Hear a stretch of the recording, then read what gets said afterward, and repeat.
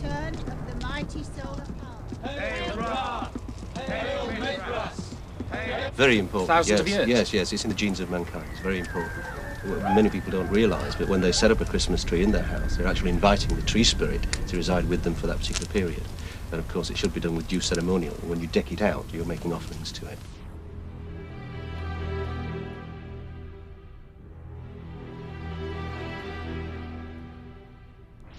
Well, the Yule log, of course, is bound up in the religion of witchcraft. There is also the practice of magic. And magic is a power. It's an abstract power. It's the power of genius and creativity which courses through the universe. It's nothing at all secular. It can be applied by anyone. And magic is the method or the technique whereby you apply that formula. The power is a natural power. It's one that anybody can use. It actually holds you up. Magic is the intensive creative power which gives you thought, gives you reason to be. It's not secular at all. So therefore, the application of it is a question of technique rather than belief.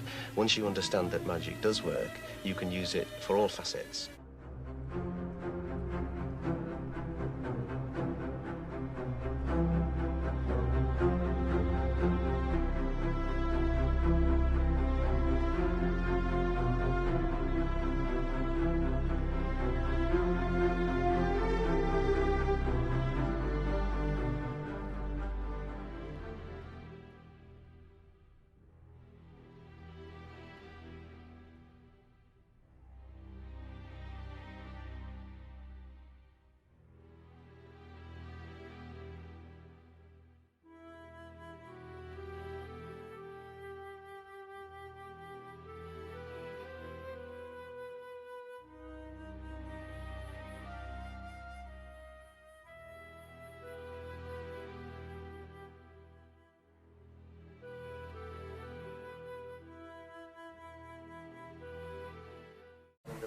The Sorcerers Apprentice is a mail-order concern which deals with spiritual access. People who are involved in the search for self come to us for all manner of ingredients, books, paraphernalia, to expand themselves and to find out their own true spiritual potential.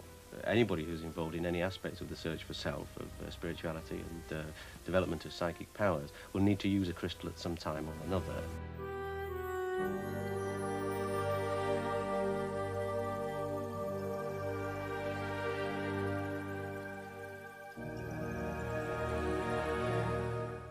If people want to be evil, then they can be evil, and of course they will be evil whether or not they're connected with occultism. If somebody is a psychotic, then they will always be psychotic.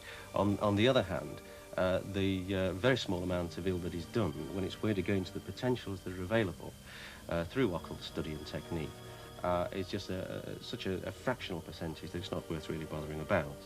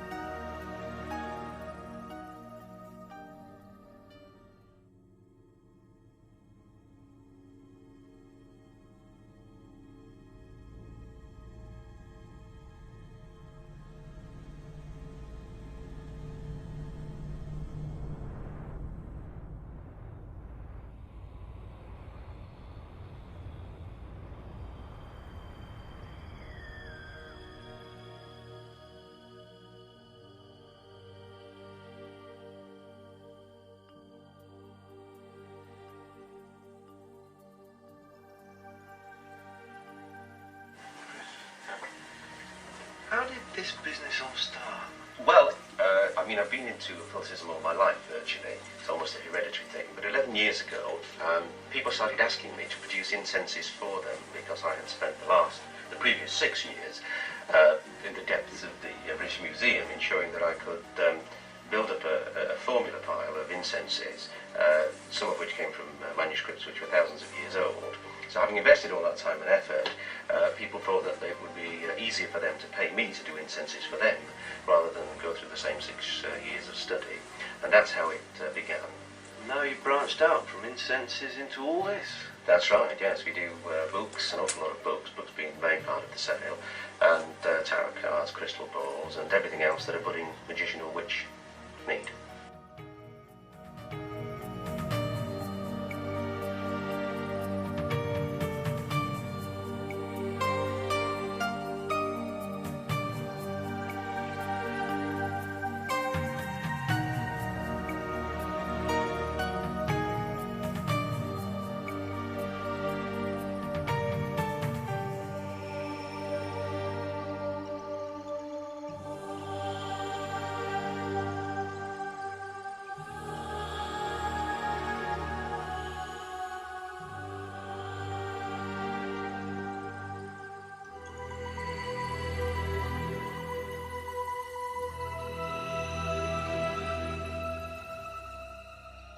In modern times, people tend to look upon spirituality as though it is an accessory to life, when inside they know that it is the most important thing that there is. Witchcraft, to the majority of people on the outside, tends to smack of Satanism, which it is not. The actual religion of witchcraft is based on the universal religion of paganism, which is at the root of all civilizations. It's a prehistoric religion, and that gives us the sustenance to continue by linking in with the planetary and seasonal cycles and becoming at one with the planet. So most people involved in witchcraft tend to be ecologically minded. They tend to love animals and also be gregarious and willing to help and serve others. And that's as far removed from the image of Satanism as you could get.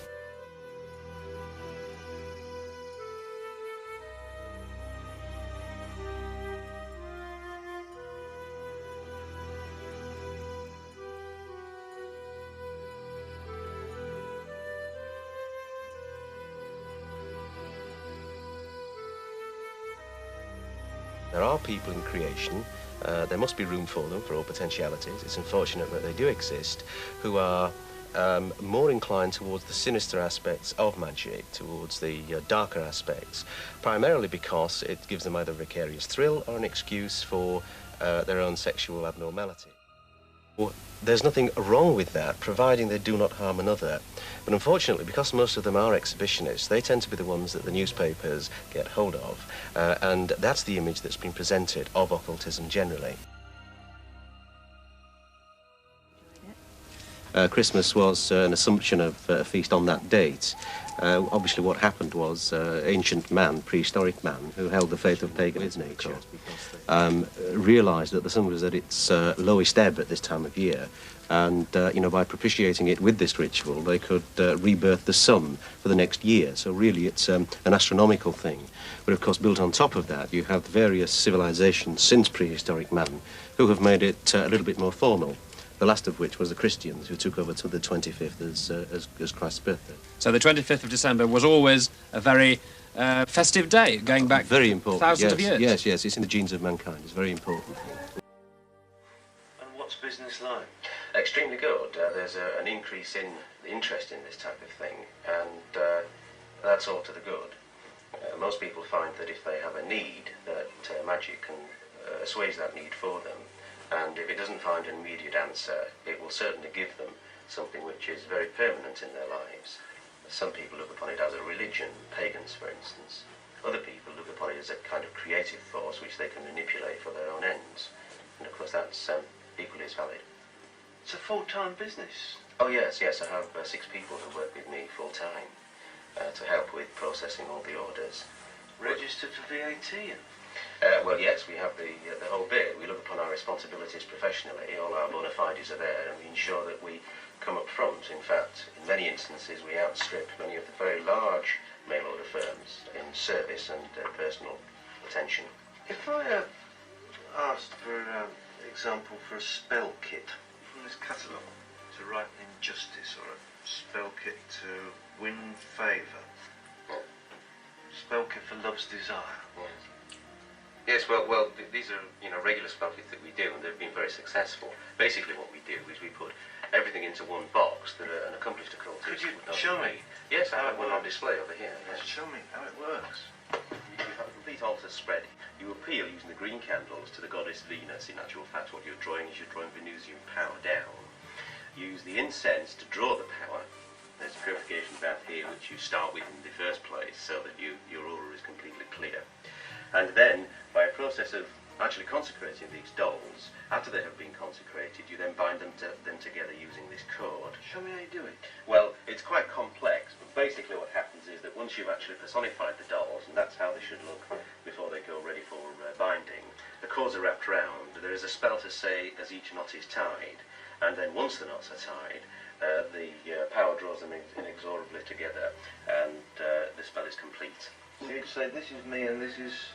That's right, yes. Each particular, yes, the dolls personify in miniature, in microcosm, exactly the people that are supposed to be bound together in the love spell. As long as the knots are tied, and the two people will stay together. If the knots are undone, then of course the magic breaks. So if somebody wanted to fall in love with a second set of persons, they'd have to get a second kit. Not necessarily, but they'd certainly have to cut the cords to start with. Yes, to undo their own magic. I mean, this is the responsibility in magic, of course. You've got to know your own mind before you actually start out doing it.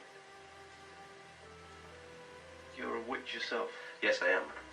Yes. For many, many years. Fully initiated. You see, witchcraft is looked upon by many people from the outside, and so there's been so many exposés in the Sunday papers that people tend to have an awry view of it. I mean, the people who keep their heads down and do serious work with the creative intelligence, which is how witches view the power of magic, are the people that you don't see in the newspapers, invariably. And paganism, which is a research in sort of the religion of witchcraft, is very much the fore these days, because people can find in it, New Age people can find in it, all that they need as a philosophy for life. It's nature worshipping, it's life loving, it belongs to the planet, it gives respect, ecological respect to the planet and to people individually. Yeah, I mean, I can understand how it sort of, it can be popular as one step into fantasy, but in a rational, scientific world, how do you explain it? Well, it doesn't have to be rational. I mean, the age of rationalism, of course, is only a passing phase. The thing is, of course, that witchcraft and belief in magic is something which is inherent in the genes of mankind. And so, therefore, it is at our primeval roots, and everybody believes, whether intellectually they say they don't or not, they do believe in a force which, for the want of a better word, we call magic.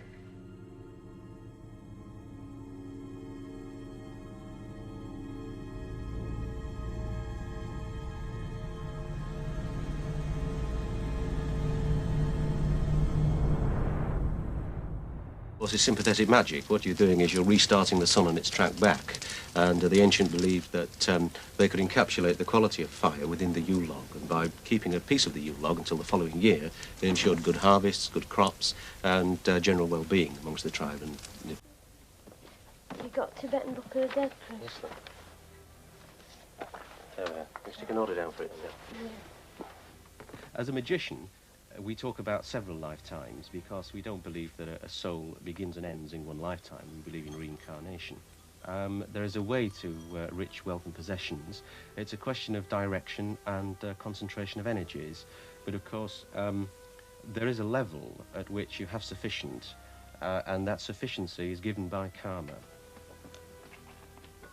But essentially, there's an awful lot of work that is done on Samhain. It's an important time. That's the occult name for All Hallows Eve. And it's a very important time of year, occultly, because the psychic tides interchange then. And if there's any divination to be done or any magical work to be done, such as invocation or evocation, then it's very successful at that time. So any occultist's worth his salt will be employed in ritual on October 31st.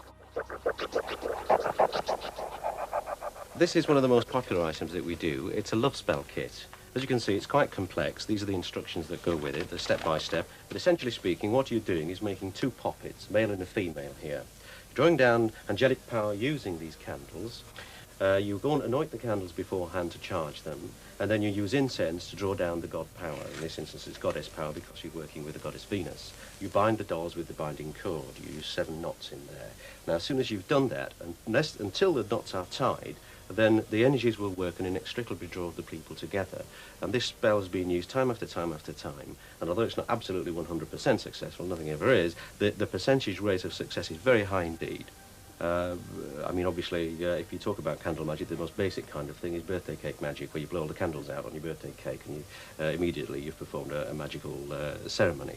It's very basic magic, but it is also very effective because it works with karma. We do healing spells, for instance, healing rituals, which are very worthwhile. We do getting a job ritual, which is quite purposeful, house selling spell kits, and so on. In fact, every basic need that people have.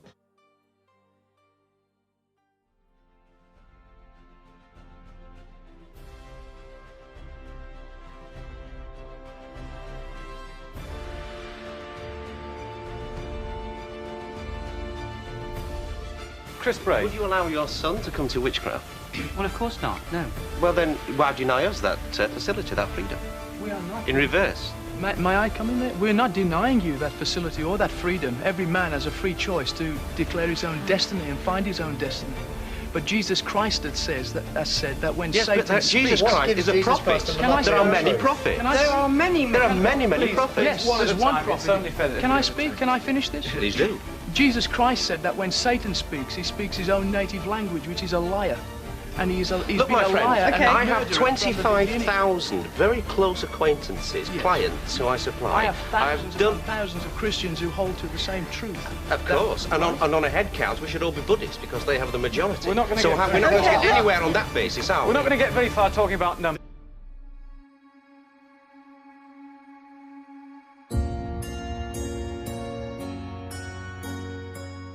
Ah, this is a pretty spooky place, let me tell you.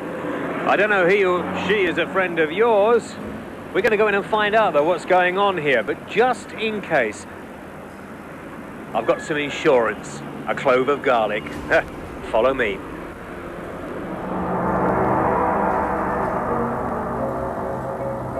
Well, this is probably one of the busiest shops that stock all kinds of paraphernalia if you're interested in black magic. The proprietor, himself a witch, is Chris Bray. How are you, Chris? Is it safe to shake your hand? Good. Now, Chris, come a little closer, lean across here and tell me, how on earth did you get into this sort of thing in the first place? Oh, I was involved from a very early age. Inside myself, I was looking for a connection with the goddess, with the planet, and I couldn't find it in any established religion.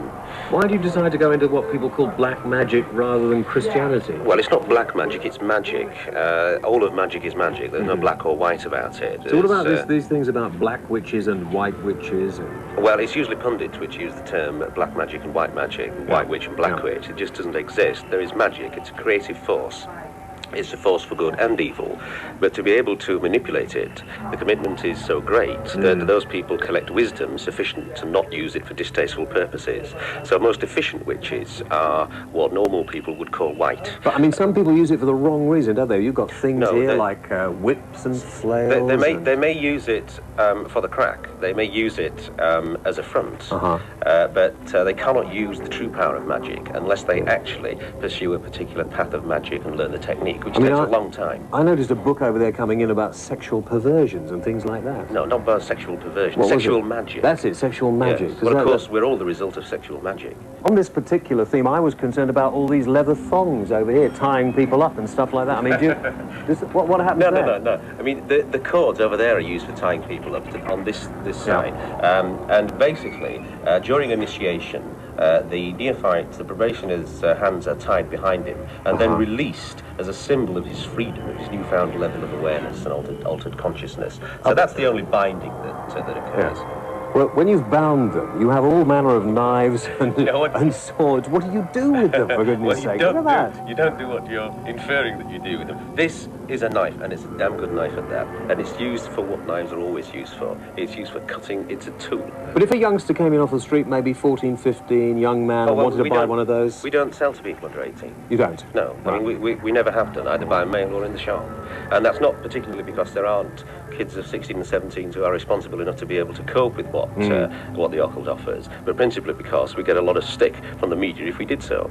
Quite right, we do. Yes. Let me just, you hold on to your your what's it there. Let me get one of these, because these come in both sexes, don't they? Here we are. Let's have a look at this. This is it, is it? What do I? Okay.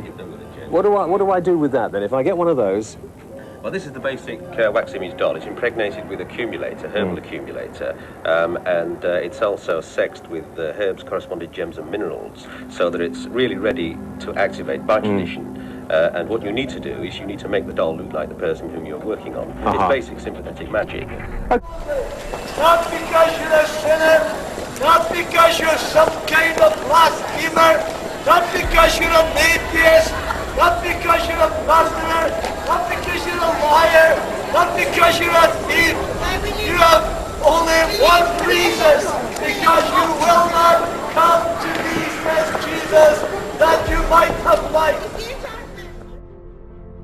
I do not want children getting involved in witchcraft, whether it's paganism or whether it's black witchcraft, and that's why that stands in my new clause. What do you feel about people like Geoffrey here who have been, I'm giving your craft, I suppose, quite a lot of bad publicity Yes, I think I must dissociate myself from the horrific allegations of Mr. Dickens.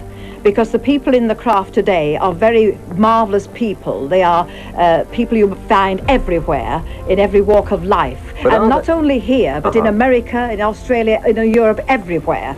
Many, many thousands of people. Yeah, but are there people, do you think, who are using the craft perhaps as a front for other things? No, not the genuine craft, no. Because the person is 2 years before they're initiated, easily. But what I object to is children, minors, being ensnared and corrupted and enticed into witchcraft, which I think is totally unhealthy and is leading to many years. No. But I must say this, that she has nothing to fear from me, and nor do the genuine pagans. I don't approve of them because they're not in my religion, but that's a different thing altogether, not approving.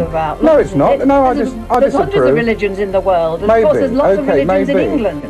Have been put across onto the occult, onto the old religion, because there's so many priests of the Christian church being found guilty of child abuse over the last 2 years, and also through the last few months, actually. And yesterday there was about 4 in the paper.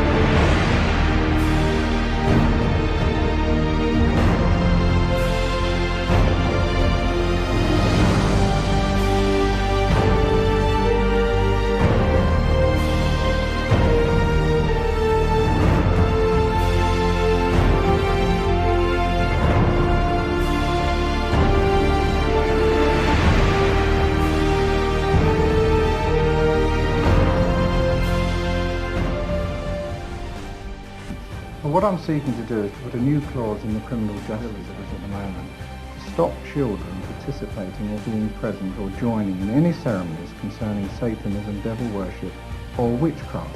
Would you attend my covenstead and come to one of my meetings? Would you take that invitation? I probably wouldn't, because I'm a Christian and I very much disapprove of what you stand for. You are anti-Christ. No, this is where you're wrong. Simple reason. You are a secret society. No. Now, the Church of England, you can go to Sunday school, you can go to Bible classes, you can go to choir practice, you can see what the children are doing and what the churches are up to. We cannot in the case of those that I've named in my clause. You see, we've seen a film clip from the Sorcerers Apprentice or Astonishing Books, and they have this massive mail order following right throughout the country. And this sort of thing is happening in America, France, Australia, and right throughout the United Kingdom. So these things are happening, and you can't say that.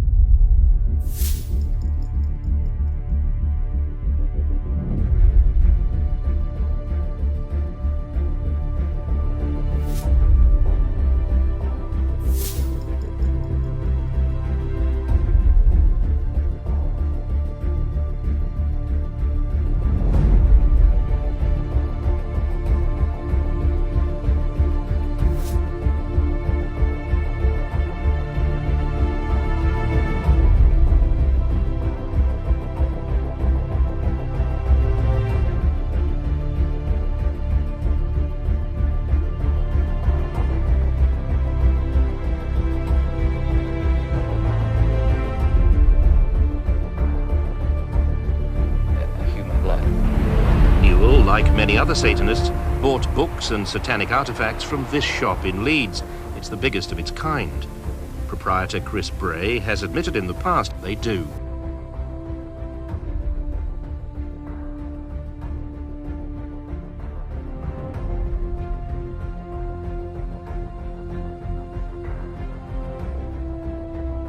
Unfortunately, there are people who are more inclined towards the sinister aspects of magic, towards the darker aspects, primarily because it gives them either a vicarious thrill or an excuse for their own sexual abnormalities.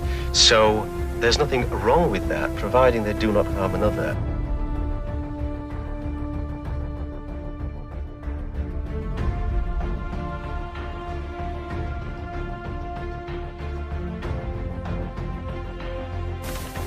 Witchcraft, to the majority of people on the outside, tends to smack of Satanism, which it is not. The actual religion of witchcraft is based on the universal religion of paganism, which is at the root of all civilizations. It's a prehistoric religion, and that gives us the sustenance to continue by linking in with the planetary and seasonal cycles and becoming at one with the planet. So most people involved in witchcraft tend to be ecologically minded. They tend to love animals and also be gregarious and willing to help and serve others. 3 years on, Bray did refuse to be interviewed and threatened legal action when asked to explain his part in the current promotion of Satanism. We're being filmed from the inside, gentlemen. If you look through there, there's a Sanyo video camera being aimed at us. We wanted to question Bray about his publication, The Lamp of Thoth, which has carried want ads for dead bodies,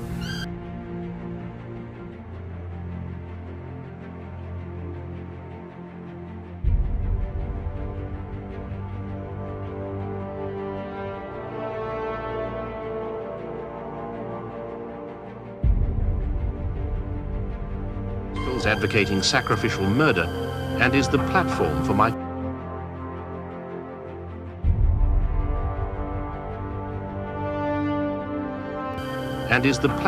Michael Aquino's new British recruiting drive.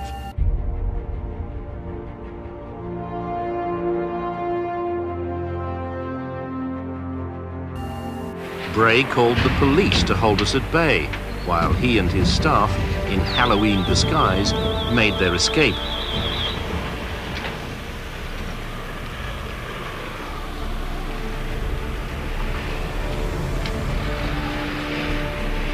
Mr. Bray, we'd like to talk to you about the business.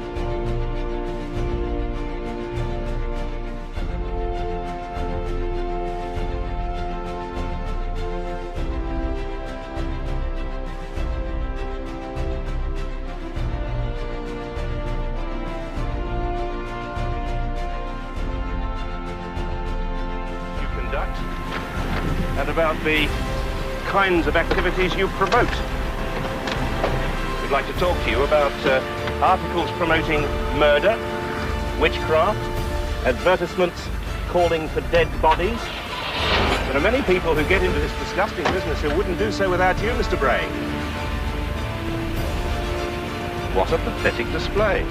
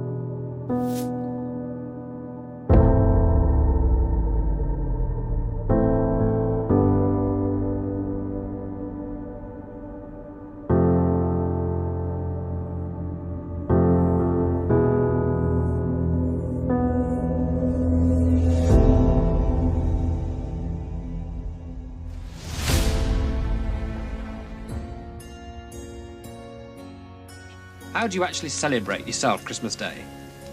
We enjoy ourselves very, very greatly. We drink copious quantities of this liquid here as an example. Bacchanalian brew, just for you, Richard. Bacchanalian brew, what exactly is this? Well, it's a mix of all kinds of herbs and wine. What does it do? Very potent indeed. What does it do? Some say it's a fertility. It's a fertility potion? It can be done. A pagan fertility potion? It can, yes. I think I shall be needing this.